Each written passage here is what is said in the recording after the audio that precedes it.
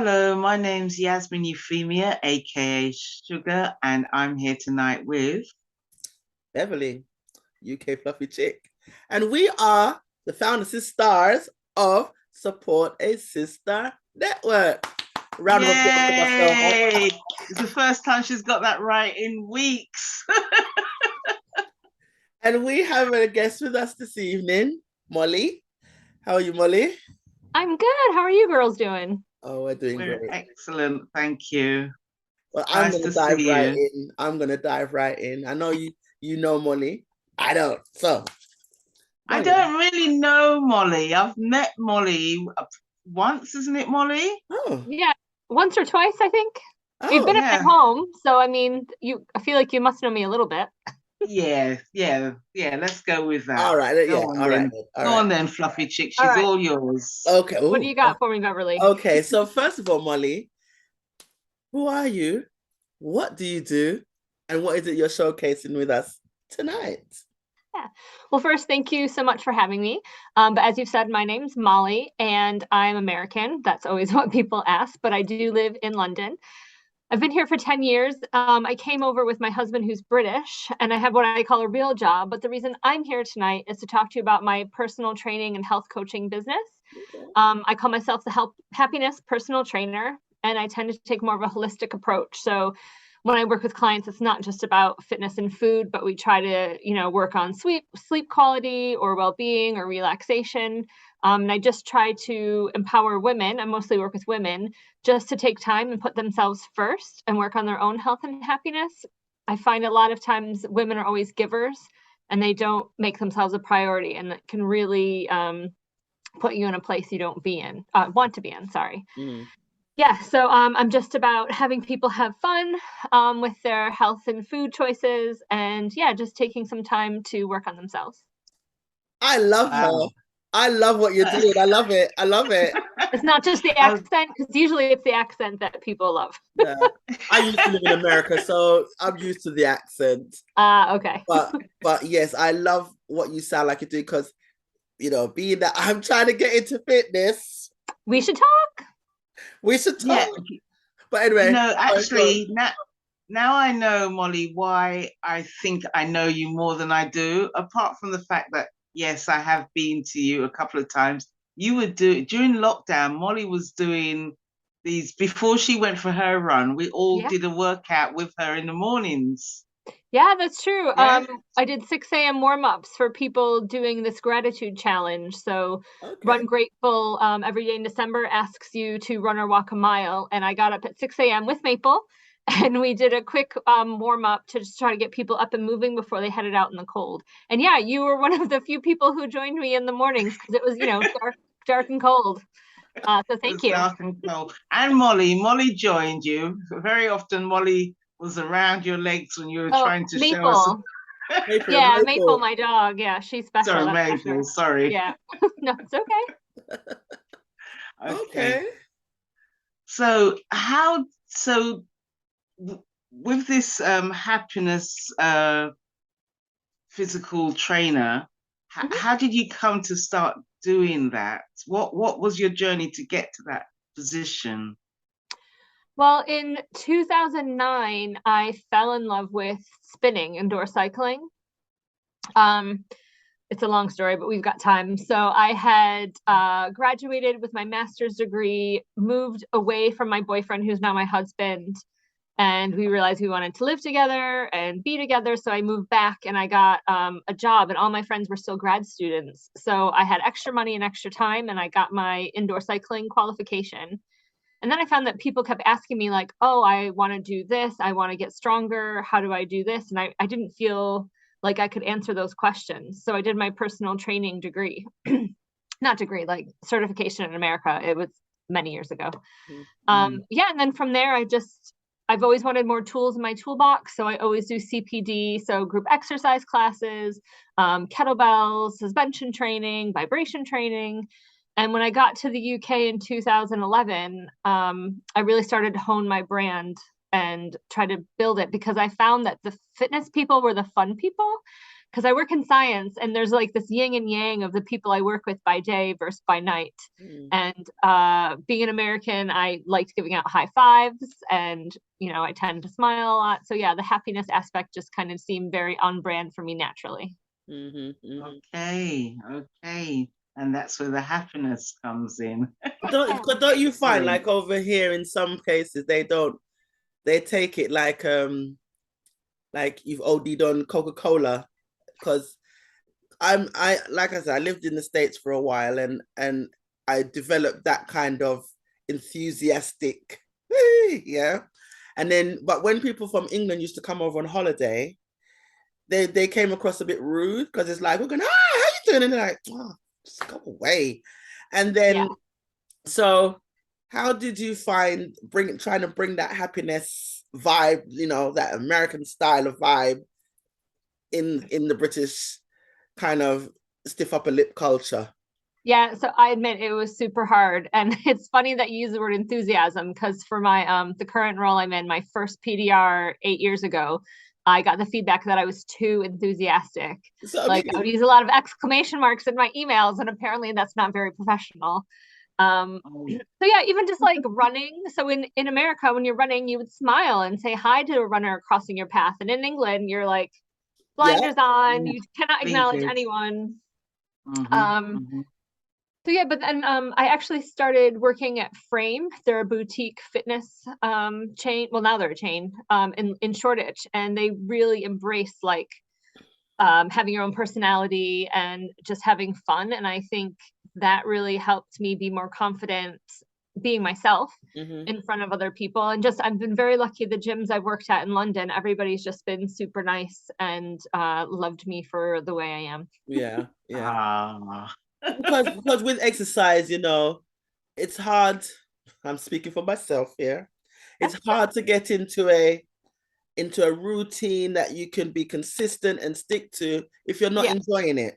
If you're doing it because you feel you have to do it, it kind of takes the fun out of it. But if you can gel with someone who can bring that fun, that vibe, because I was just trying to think of all different ways.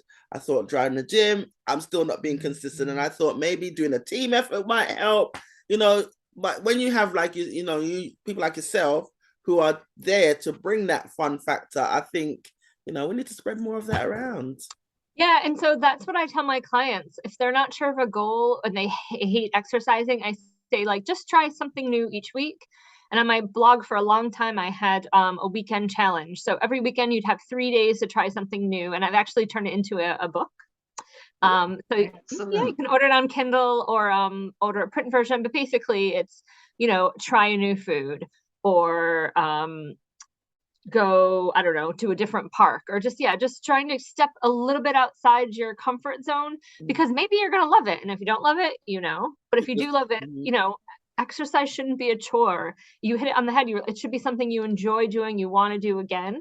And so I applaud the fact that you're, just looking for something different that like is your jam, basically. Yeah. Because I've been told if I just stick with gym, eventually I'm going to love it, and I'm going to just want to just go all the time, but it just hasn't happened yet.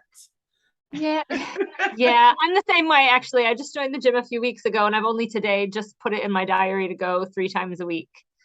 Okay. So, yeah. All right. So I totally get it.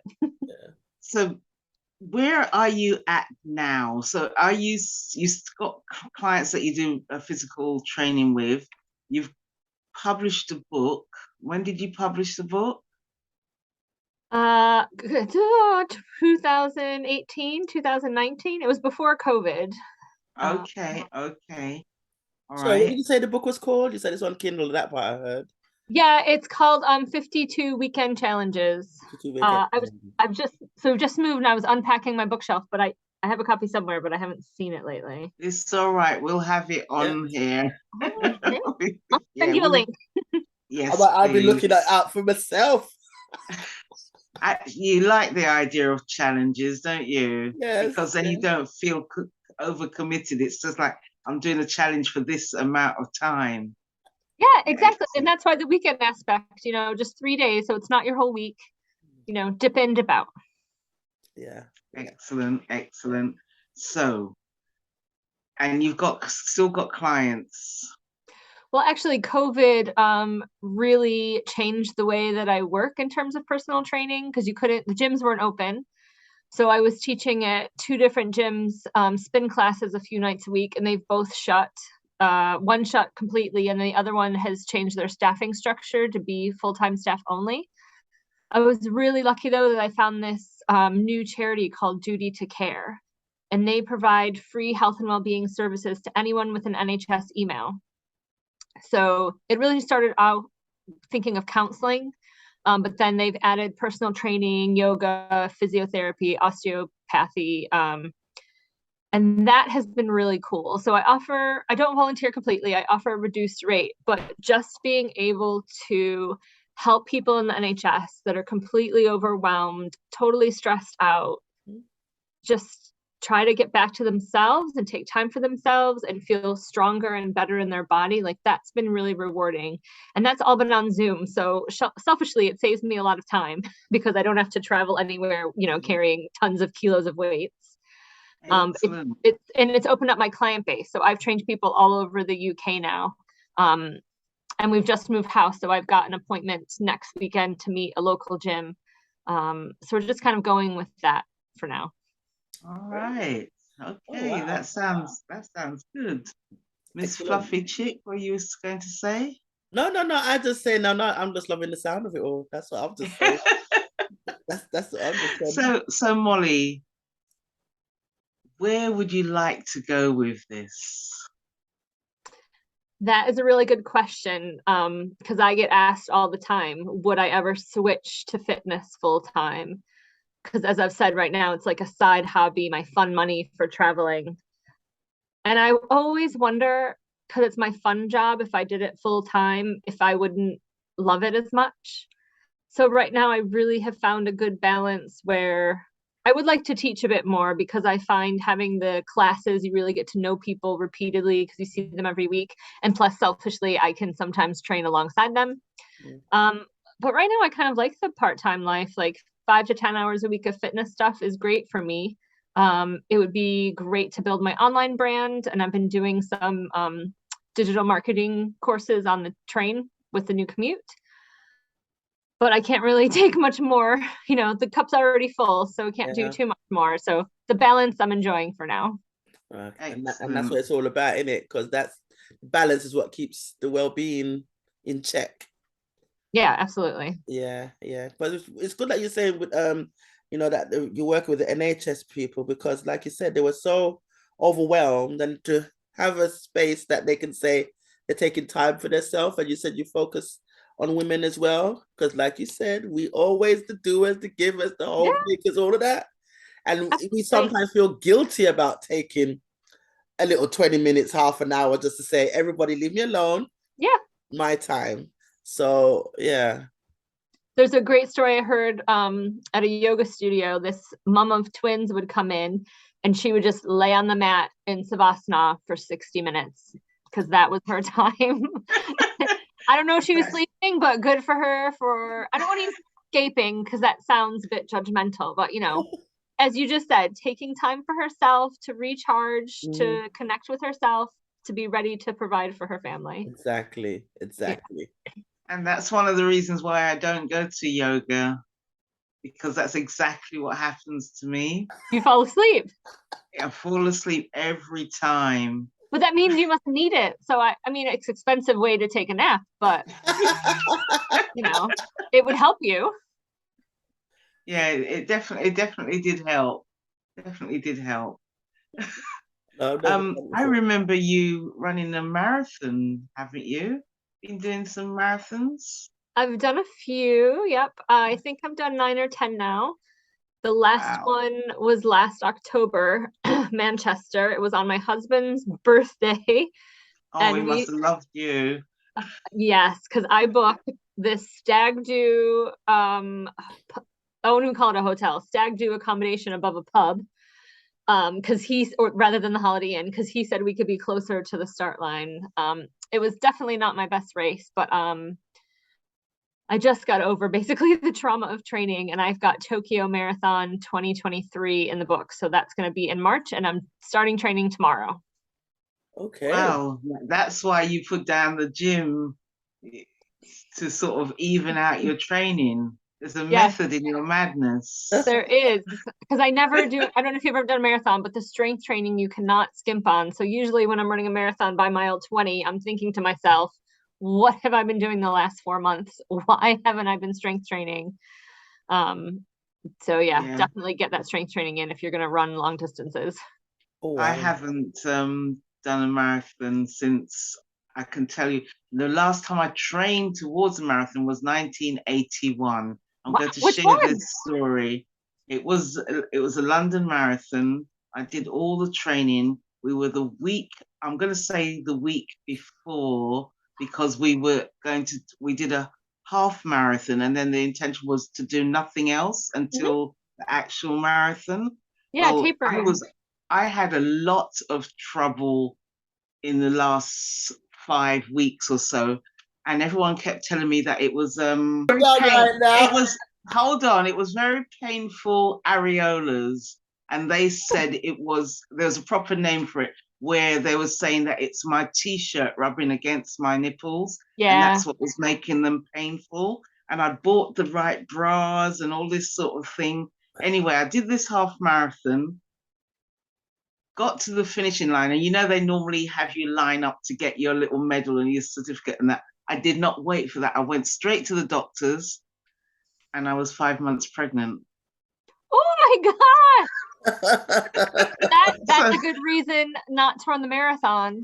I will have you know that there's a big movement now, and big races are starting to allow women to delay their entry if they're pregnant or postpartum, because that was a big problem for a few big races. So it's come a long way. But if you ever want to run it again, you let me know. Thank you. I will keep that in mind. Yeah. Wow. I haven't heard that kind of story before. So thank you for sharing. Everybody was like, why wouldn't you have known? But of course, as you said, it's because you triggered the memory with the amount of training that we have to do. Everyone's saying, oh, well, it's not unusual not to have a period, not to, menstruate and all this sort of thing. So we never thought of it. Never thought of it. And it was jogger's nipples. That's what it was called. Have you ever heard of that, Mollie? I have had male friends who've run marathons and had to put plasters on to stop bleeding, but none that resulted also in a pregnancy. So this is a first for me tonight. Cause and effect, cause and effect. Yes. So when I was wondering about it, they said, oh, don't worry about it. That's jogger's nipples. That was bothering me. I couldn't remember what it was called. But yeah.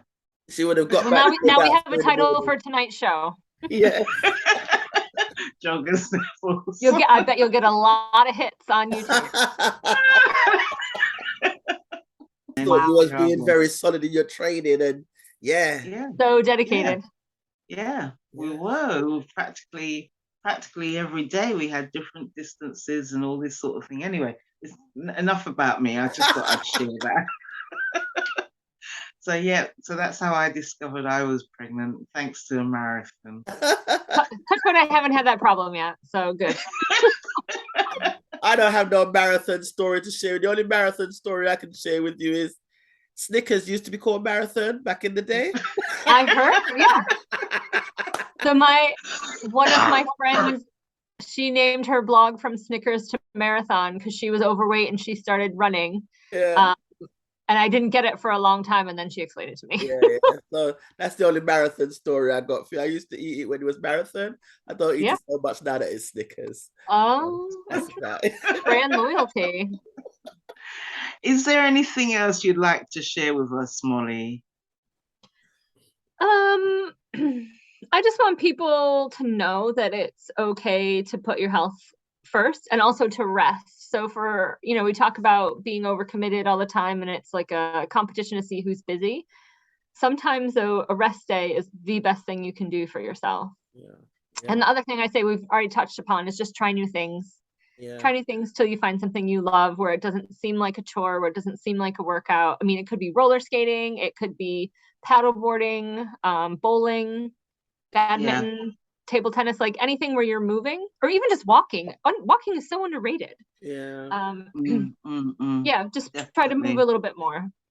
Because you just feel like if you're just walking, it's like need to be doing something more, innit? Like it's not enough. Like during the lockdown, we used to do virtual walks. You know, a group of us are all on the phone and walking with each other and discussing what we were seeing. I love that idea. As we walked along, sort of thing. But you know, the lockdown, we practically every series we mention, you know, the difference that lockdown has made to a lot of people's lives. But you know, we should really keep up a lot of the things that we learned that we would never have done if we hadn't been in lockdown. Yeah, because we had that chance to slow down and really be more creative. And so what would you say, since you bring up lockdown as a topic, what would you say has changed for you with what you're doing before lockdown and to the way how you do things now? Yeah, so before lockdown, I was probably out 2 or 3 nights a week teaching, blogging more often and training as well. So then during lockdown, we got a puppy. So that changed everything. And then, just had to be home more. So for me, I found that it's quite tiring to go out and socialize. And I've just had to set more boundaries personally. And then, as I've mentioned, that I don't have as many clients as I used to, but since I've kind of slowed down and embraced that lifestyle more, I'm okay with it. Yeah. I'm very fortunate that I don't rely on the personal training, you know, for my daily skills and stuff. So I can make that choice. Yeah. Okay. But around that one up then, so I think since we've covered everything that you think we could cover in this segment. So Mollie, thanks for joining us. You're very welcome. And thank you. So thanks for tuning in. That's right. Remember to like, share, subscribe, comment, you know, join the community anywhere you can. Just share everybody's details, you know, we're just networking. That's what it's all about. Absolutely. That's good. All righty. Perfect. Thank you. Thank you so much. All right. Take care. Bye. Bye. That's a wrap.